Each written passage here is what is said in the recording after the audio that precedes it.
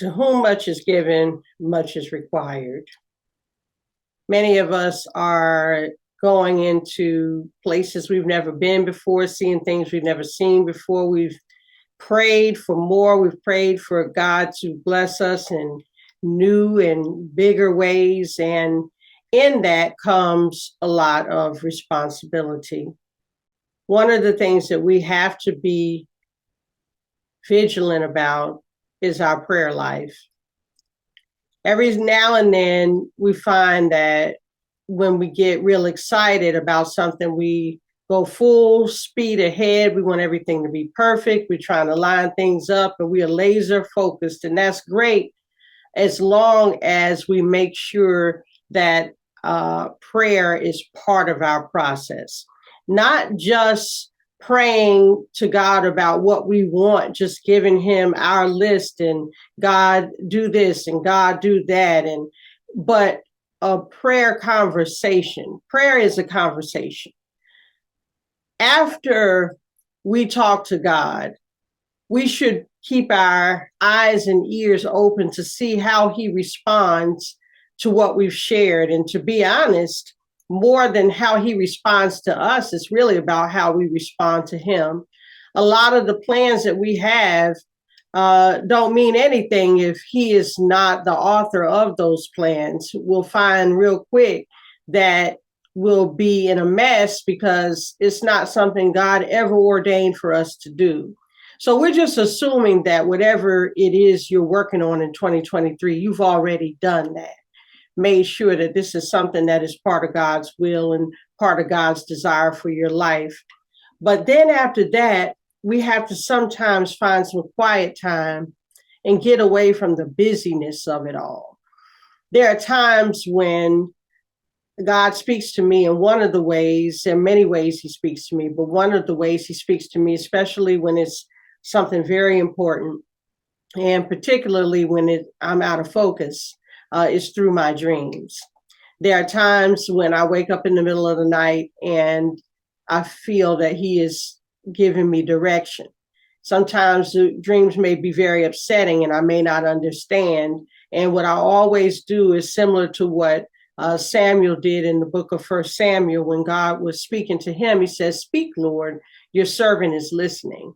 There are times when you just don't know what's going on and you need to, and God will try to get your attention. Sometimes we are so busy during the day doing whatever it is that we feel like we have to do to, keep things moving.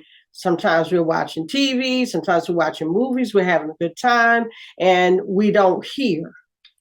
And we never want to get to a point where our life is so busy and so cluttered that we can't hear. And God is steady calling and steady talking. And it's like she can't hear. She's not listening.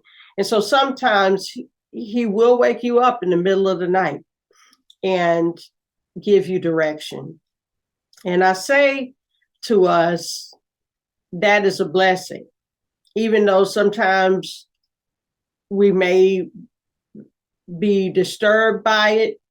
It's good when God is still speaking and we're discerning enough to know that it is God. One thing, some people ask, how do I know if it's God? How do I know if it's, something I ate? Or one thing I feel, and this may sound very simplistic and maybe troublesome for some, but when you have a relationship with God, you know his voice. You know his voice. Because one thing about God, he doesn't want us out here outside of his will, outside of what he wants for us. He wants us to know what we're supposed to be doing. So he knows how to talk to you. He doesn't talk to everybody the same way. Oh, he doesn't come to you in a dream. That's okay. But he comes to a lot of people that way, because sometimes we are only quiet when we're asleep.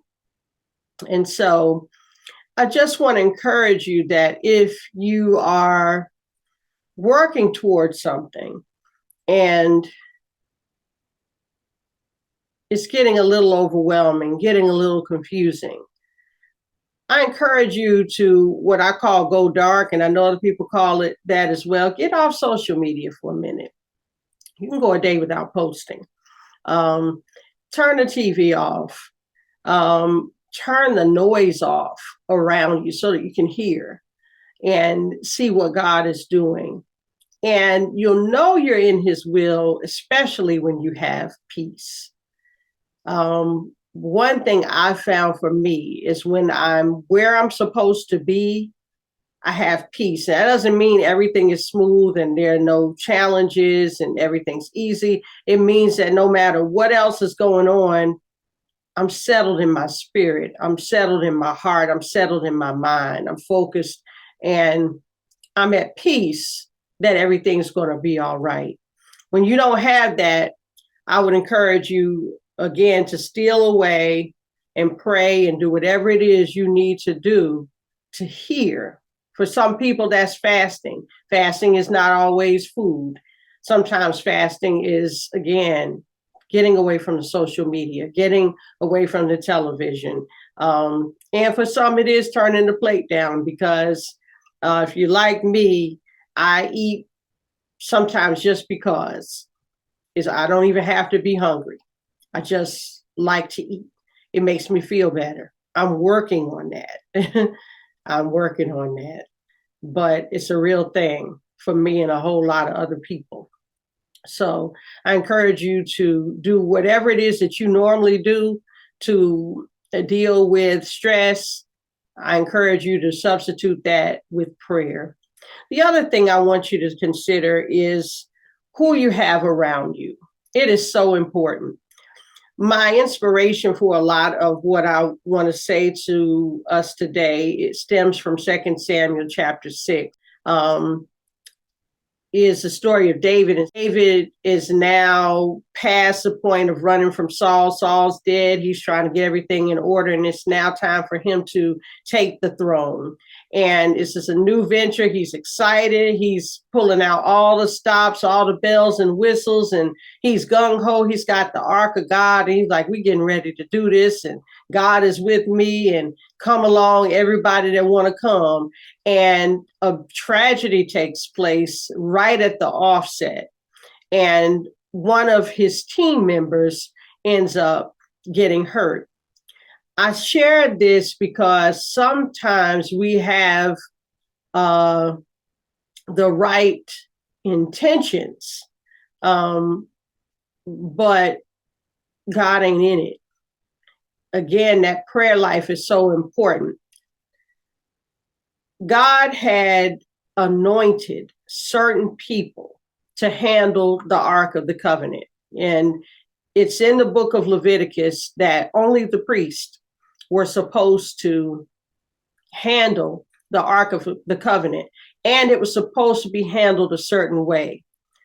David decided that he would get a brand new cart, which sounds nice. He wanted it transported on something new. He wanted it to be transported easily. He had some political alliances, I guess, just to make sure to keep the peace and that Saul's people didn't feel some kind of way. So he's playing the politics. And he asked Uzzah to do it, but Uzzah really did not know how to handle the Ark of the Covenant. And so when the ox stumbled, he reached out to keep it from falling, and God was angry. David gets angry at God because Uzzah gets killed, and he's like, I don't want no part of the Ark of the Covenant. But he was only hurting himself because when the Ark of the Covenant was in another place, that place was being blessed, and David had to check himself and say, okay, God ain't the problem, I am. And he went back and started over despite how embarrassing it looked, and said, okay, God, I'm going to do it your way and not my way. And everything worked out well for him. And what I'm saying to us is don't call God in after the fact. Be prayerful about your team. Be prayerful about your friends and your associations. That does not mean that you can't, bring people along, but just make sure that you're prayerful about your associations, because there are things that you're going to be faced with, and you really need some anointed, God ordained people in your corner. And some of the people that you're pushing away, some of the people that you don't like, some of the people that some people you haven't even met yet. You need to be prayerful about who comes into your life. One of the most valuable lessons I've learned in life is who my friends are and who they aren't. I'm blessed with some great ones, thank God. But I'm very prayerful, and I'm becoming more and more prayerful all the time. I just wish you all the best in 2023. And I pray everything works out the way you would like, and more than you can ever ask or think. But if you don't do anything else, listen.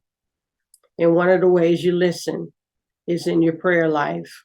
Don't just talk to God, but see how God talks to you. Being in charge does not mean being in control. We're not free to do whatever we want. We're free to serve God. And if we're serving God, he'll bring all his angels and a whole army of spiritual forces to help us accomplish what he set out to do. But he takes no prisoners when we're disobedient. And so sometimes, even if you're blessed, you hurt the people around you when you involve people and get in situations that God did not ordain. Amen.